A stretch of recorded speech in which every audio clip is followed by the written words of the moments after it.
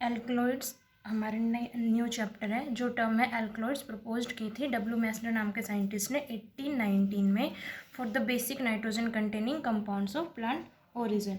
तो अब इसकी जो डेफिनेशन होती है एल्कलॉइड्स की वो होती है, alkaloids are generally defined as physiological active bases compound of plant origin in which at least one nitrogen atom forms part of a cyclic system. तो ये फिजियोलॉजिकली एक्टिव बेसिक कंपाउंड होते हैं जो हमें प्लांट से मिलते हैं और इनके अंदर एटलीस्ट एक नाइट्रोजन एटम एक साइक्लिक सिस्टम का पार्ट होता है। हमारे पास बहुत इनकी जो देखा जाए तो हमारे पास बहुत सारे एल्कलॉइड्स हैं। शुरुआत में जो थे जिनमें नाइट्रोजन साइड चेन में भी प्रेजेंट थी और अब ऐसे भी हैं जिनमें नाइट्रोजन साइक्लिक सिस्टम में प्रेजेंट है। उसके अलावा जो ये हमारी डेफिनेशन है अभी ये प्रॉपर या हम कह सकते हैं कि प्रॉपरली सेटिस्फाई नहीं करती, क्योंकि हमारे पास ऐसे बहुत से एल्कलॉइड्स हैं जिनके पास नाइट्रोजन हमारी साइड चेन में प्रेजेंट है। इसके अलावा ऐसे बहुत सारे कंपाउंड हैं जिनमें नाइट्रोजन हमारी रिंग का सिस्टम है या साइक्लिक सिस्टम का नाइट्रोजन पार्ट है, बट वो एल्कलाइड्स की कैटेगरी में नहीं आते। उसके बाद बात आती है एल्कलॉइड्स के ऑकरेंस की, या नेचर में कैसे एग्जिस्ट करते हैं। अभी हमारे पास generally more than 2000 alkaloids are known, but उनमें से केवल 10 to 15% पार्ट है, 10 से 15% एल्कलॉइड्स ही हमारे वेस्कुलर प्लांट्स के पार्ट में मिलते हैं हमें। उसके अलावा जो लोअर प्लांट हो गए जैसे एल्काई फंगाई, इनके अंदर भी रेयरली ही हमें एल्कलाइड्स मिलते हैं। जो एल्कलाइड्स होते हैं जनरली वो हमें मिलते हैं in the leaves, seeds, roots and barks of nearly 40 plant families. जो एल्कलाइड कंटेंट है प्लांट्स के अंदर वो डिपेंड करता है उनकी एज के ऊपर, उनके सीजन के ऊपर और उनकी लोकेलिटी के बेस के ऊपर। अलग अलग परसेंटेज अलग अलग परसेंट में अलग अलग अमाउंट में एल्कलॉइड कंटेंट उनके अंदर होता है। उसके बाद as they are basic in nature तो it was expected that they exist as the salt of plant acid such as acetic acid, oxalic acid, citric acid, tartaric acid, tannic acid etcetera. अब कुछ जो alkaloids होते हैं वो generally हम nature के अंदर फ्री मिलते हैं, जैसे हमारे पास हो गया निकोटीन, नेरिसिन, कुछ ग्लाइकोसाइड्स की फॉर्म में मिलते हैं लाइक सोलेनम, वेरेटेरम ग्रुप्स। उसके अलावा कुछ अमाइड्स की फॉर्म में मिलते हैं जैसे पिपरिन, और कुछ एस्टर की फॉर्म में, for example tropine and cocaine. और some alkaloids are found in the form of organic acids. तो ये थी हमारी इनकी जनरल ऑकरेंस। उसके बाद हम बात करते हैं इन functions of alkaloids.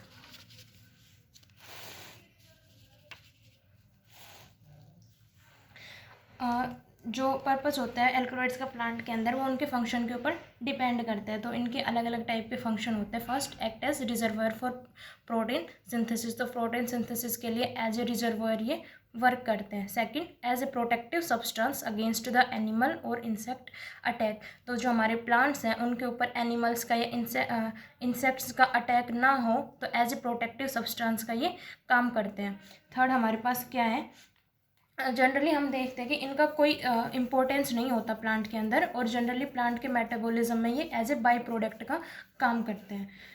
Next function, जैसे ह्यूमन बॉडी के अंदर हॉर्मोन्स का काम होता है कि बॉडी पार्ट्स को उसकी ग्रोथ वगैरह को सब बैलेंस करना, उसी तरीके से जो एल्कलॉइड्स हैं वो एज ए प्लांट स्टिमुलेंट काम करते हैं। और ये क्या करते हैं, जो इनके अंदर एक्टिविटीज़ होती है लाइक ग्रोथ, मेटाबॉलिज्म, रिप्रोडक्शन, इन सारी एक्टिविटीज़ को रेगुलेट करते हैं। नेक्स्ट हमारे पास क्या है, act as detoxicating agent by methylating, condensing and cyclizing, तो इनके अंदर डिटॉक्सिकेटिंग एजेंट का काम करते हैं। जनरली ये होता है कि जो 85 से 95% के जो प्लांट्स हैं वो अपना काम खुद से करते हैं, या फिर जो भी उनके मेटाबॉलिज्म वर्क होते हैं, एक्टिविटीज़ लाइक ग्रोथ वगैरह, वो एल्कलॉइड्स पे डिपेंड नहीं करती। तो हम ये बोल सकते हैं that the function of alkaloids in the plant is negligible, मतलब बहुत रेयरली ही प्लांट के अंदर एल्कलॉइड्स का मेन फंक्शन होता है, अदरवाइज खुद ही अपनी एक्टिविटीज़ प्लांट्स अपनी मैनेज कर लेते हैं। नेक्स्ट हमारे पास बात आती है नोमेनक्लेचर की। तो नोमेनक्लेचर की बात करें तो हमारे एल्कलॉइड्स का बहुत ही कॉम्प्लेक्स स्ट्रक्चर होता है, और कुछ हिस्टोरिकल रीजंस की वजह से एल्कलॉइड्स के नोमेनक्लेचर के ऊपर कभी भी कोई अटेम्प्ट नहीं किया गया। तो सिस्टमेटिक वे में इनका कोई भी नोमेनक्लेचर नहीं होता, मतलब ऐसा कुछ नहीं है सिंपल हम हाइड्रोकार्बन का नोमेनक्लेचर पढ़ते हैं। तो इस तरीके से किसी जो एल्कलॉइड्स हैं इनका हम नोमेनक्लेचर नहीं लिखते। क्योंकि इनकी स्ट्रक्चर बहुत ही कॉम्प्लेक्स होती है। तो एक बहुत सारी इनके शुरू में क्या बोला जाता था, या फिर इनका जो नाम दिया गया है एल्कलॉइड्स का, वो जनरली या तो उनके जिस प्लांट से वो मिले हैं उसके अकॉर्डिंग दिया गया है। तो जैसे कि हमें पेपरवेरिन है, ये हमें पेपरवर सोमेनिफेरम प्लांट से मिला था, तो उसके अकॉर्डिंग इसका नाम दे दिया। या फिर इनका जो नेम दिया गया है वो दिया गया है इनके फिजियोलॉजिकल एक्शंस की वजह से। जैसे नैरकोटिन कहाँ यूज़ होते हैं, हमारी नैरोकेटिक ड्रग्स के फॉर्मेशन में। नैरोकेटिक ड्रग्स जो हमारे नर्वस सिस्टम की एक्टिविटीज़ को कंट्रोल करने के काम आती है, तो उनमें यूज़ होते हैं नैरोकेटिन, मॉर्फिन।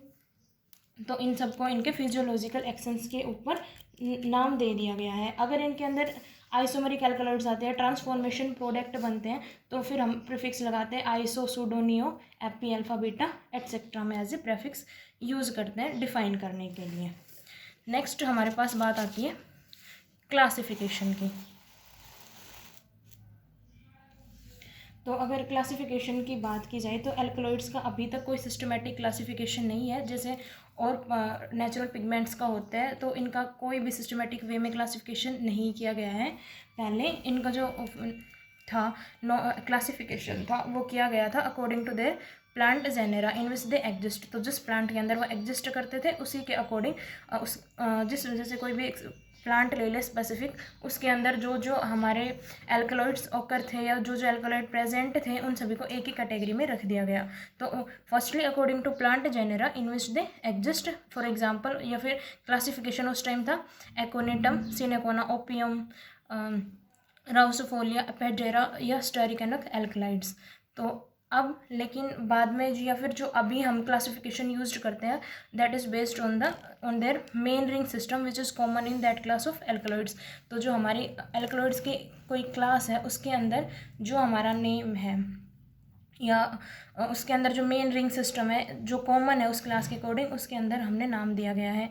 अब हमारे पास बहुत सारे एल्कलॉइड्स हैं, लेकिन जो स्पेसिफिक या मेन हमारे एल्कलॉइड्स है जो हमारे चैप्टर में है वो है हमारे पास, या फिर उनकी जो क्लासेज है, फर्स्ट क्या है phenyl ethyl amine alkaloid, second pyrrolidine alkaloids, third pyridine या piperidine alkaloids, fourth tropane alkaloids, next quinoline alkaloids, isoquinoline alkaloids, phenanthrene alkaloids, indole alkaloids और ट्रोपोलिन एल्कलॉइड्स। अब इन्हीं के नेम के अकॉर्डिंग अब इसके अंदर क्या होगा, इस क्लास के अंदर जो भी एल्कलॉइड्स हमारे रखे गए हैं उनके अंदर क्या मिलेगी, हमारे पास फिनाइल इथाइल अमीन वाली यूनिट मिलेगी, इनके अंदर पायरोडीन यूनिट मिलेगी, पिरिडीन यूनिट मिलेगी, ट्रोपेन यूनिट मिलेगी, क्यूनोलिन, आइसोक्यूनोलिन, फिनैंथ्रेसीन यूनिट मिलेगी, ट्रोपोलिन यूनिट मिलेगी। तो ये था सिंपल इसका क्लासिफिकेशन।